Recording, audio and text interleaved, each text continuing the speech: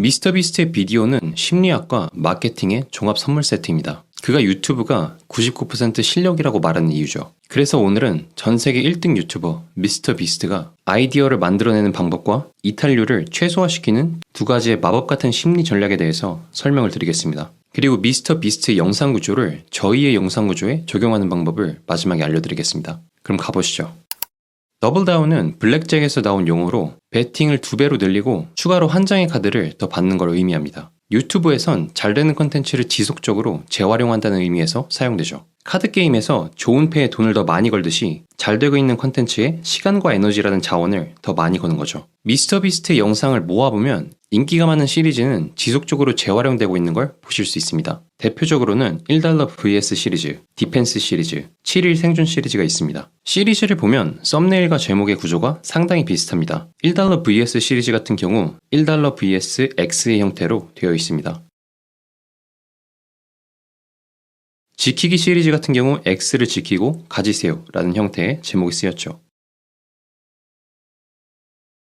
영상의 구조 또한 매우 비슷합니다. 지키기 시리즈 같은 경우 우리가 게임에서 볼 법한 애니메이션을 모두 사용하고 있습니다. 더해서 1스테이지, 2스테이지, 3스테이지 같은 단계별 요소들이 항상 들어가 있습니다. 틀 보시면 스테이지가 나와 있습니다.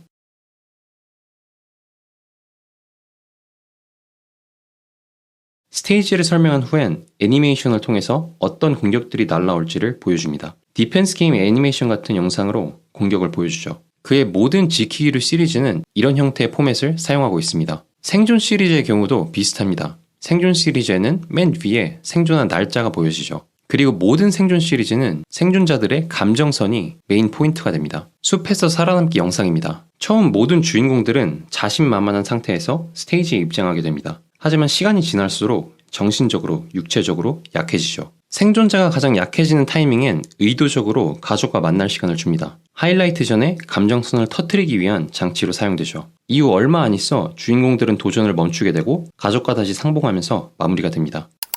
미스터 비스트는 처음 20초가 이후의 20분만큼 중요하다고 말합니다. 사람들이 처음 20초에 가장 많이 이탈을 하기 때문이죠. 그래서 그런지 미스터 비스트의 첫 20초는 거의 완벽하게 비슷한 포맷을 가지고 있습니다. 아마 10년 넘게 유튜브를 하면서 찾은 최적의 후킹 구조라고 생각됩니다. 그는 모든 비디오에서 줌인된 얼굴로 시작해서 스테이지 전체 윤곽이 보일 정도로 카메라를 줌 아웃합니다. 동시에 앞으로 풀어야 될 과제 그리고 보상에 대해서 속사포 랩을 하듯이 빠르게 설명하죠. 마트에서 살아남기 영상을 한번 보시죠. 영상은 시작하자마자 빠르게 줌 아웃되며 마트의 전체적인 윤곽을 보여줍니다. 이후 빠르게 생존자에 대해서 설명하고 생존자가 하루를 생존할 때마다 받는 돈의 액수를 시각적으로 보여줍니다. 이 미국 유튜버들 사이에선 시작하자마자 전체 구조에 대해서 설명을 하는 방식을 인스턴트 페이오프라고 말합니다. 한국말로 하면 즉각적인 보상이죠. 사람들이 썸네일과 제목에서 얻은 기대감을 영상에서 그대로 보여주는 전략입니다. 광고계의 전설로 불리우는 데이빗 오길리도 도입부에서 최대한 많은 설명을 하라고 말합니다.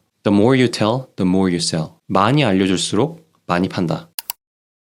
자이가르닉 이펙트는 심리학 용어로 완료되지 않은 작업들이 이미 완료된 작업보다 기억에 훨씬 더 많이 남는 현상을 지칭합니다. 예를 들어서 흥미진진한 아침 드라마에서 출생의 비밀이 밝혀지기 전 친구를 만나러 갔다면 친구와 노는 사이에도 드라마의 비밀이 머릿속에서 계속 맴돌겠죠. 미스터 비스트는 거의 모든 영상 초반 부분에 자이가르닉 이펙트를 넣습니다. 바다에서 살아남기 영상을 한번 보시죠. 미스터 비스트는 뗏목 위에서 생존을 위한 세팅을 하는 도중 커밍업이라는 단어와 함께 감정의 피크 바로 전 상태를 보여줍니다. 난장판이 된 나무보트를 보여주고 초췌해진 팀원들을 보여주죠. 덕분에 시청자들은 영상을 떠나지 못하고 피크 부분을 기다리게 됩니다. 왜 이런 상황까지 온 건지 그리고 이후의 상황이 어떻게 될지가 계속 머리에 맴돌게 되니까요. 자이가르닉 이펙트는 거의 모든 영상에서 쓰이며 이탈률이 가장 많은 1분에서 2분 사이에 주로 쓰입니다. 7일간 바다에서 생존하기 위해선 20초 후에 바로 자이가르닉 이펙트를 사용했죠. 아마도 처음 세팅하라는 부분이 많이 지겹기 때문이라고 생각이 됩니다. 정리해보면 이렇습니다. 그의 영상 제작 프로세스는 두 가지로 나뉩니다. 첫 번째는 아이디어입니다. 미스터 비스트는 여러 가지 실험을 통해서 잘 되는 영상을 고릅니다. 그리고 잘 되는 영상의 프레임워크를 재사용하죠. 정확히는 비슷한 영상 효과와 비슷한 기승전결을 사용합니다. 디펜스 시리즈에선 점점 어려워지는 스테이지를, 생존하기 시리즈에선 점점 고조되는 감정을 이용합니다. 두 번째는 영상 구조입니다. 전체적인 영상의 구조는 5단계로 이루어져 있습니다. 첫 번째는 후킹입니다. 후킹에선 앞으로 영상이 어떻게 전개될지 시각적으로 그리고 청각적으로 빠르게 설명합니다. 두 번째는 세팅입니다. 스테이지로 들어가거나 참가자들이 스테이지에 대해서 알아가는 단계입니다. 이탈률이 높은 단계이기 때문에 자이그로닉 이펙트를 사용해 이탈률을 최소화시킵니다. 세 번째는 이벤트입니다. 본격적으로 컨텐츠의 메인 이벤트가 일어나는 단계입니다. 네 번째는 피크입니다. 이벤트 중 임팩트가 가장 큰 이벤트가 일어나는 단계입니다. 다섯 번째는 보상입니다. 참가들이 보상을 받는 단계입니다. 후킹, 자이그로닉 이펙트, 보상은 모든 영상에서 사용됩니다. 이벤트와 피크는 어떤 영상 시리즈냐에 따라서 포인트가 달라집니다.